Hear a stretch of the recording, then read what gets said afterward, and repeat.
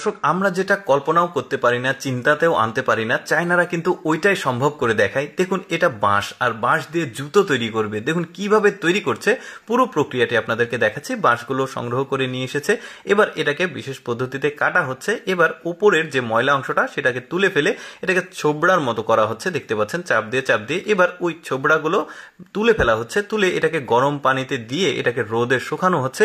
দেখুন পুরো প্রক্রিয়াটি কিন্তু বিভিন্ন ধাপে ধাপে রয়েছে।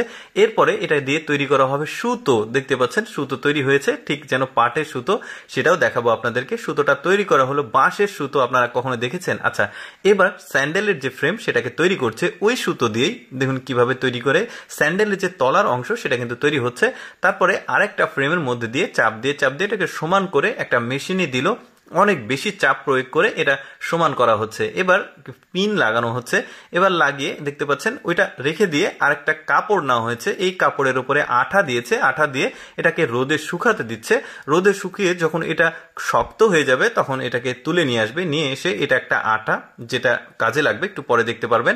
এরপরে ওই কাপড়গুলো একত্রিত করে এটাকে একটা ফ্রেমে তৈরি করা হচ্ছে, দেখতে পাচ্ছেন আঠাগুলো যেটা গোলা হলো ওইটা কিন্তু এখানে লাগিয়ে দেওয়া হয়েছে। এখন চারিদিক দিয়ে বিট দিয়ে ওই কাপড়টাকে লাগিয়ে দেওয়া হচ্ছে। এরপরে উপরে আবার আঠা দেওয়া হচ্ছে, দিয়ে আর একটা কাপড় দিয়ে এটাকে চাপ দেওয়া হচ্ছে।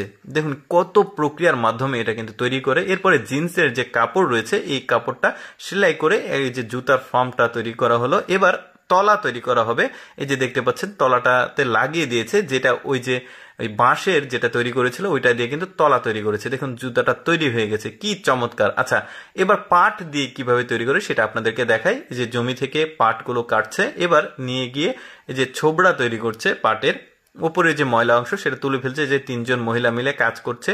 এই প্রক্রিয়াটাও কিন্তু একটু জটিল। এরপরে রোদে শুকাচ্ছে ওই পাটকে, যেটা ছোবড়া করা হলো।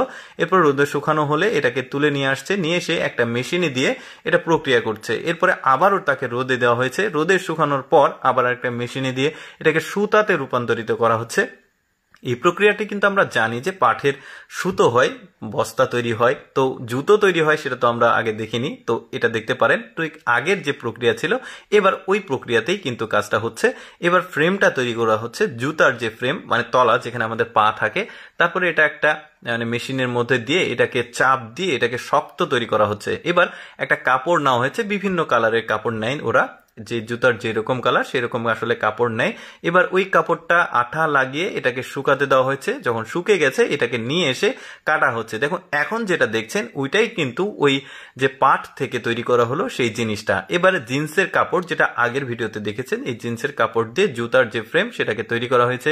চারদিক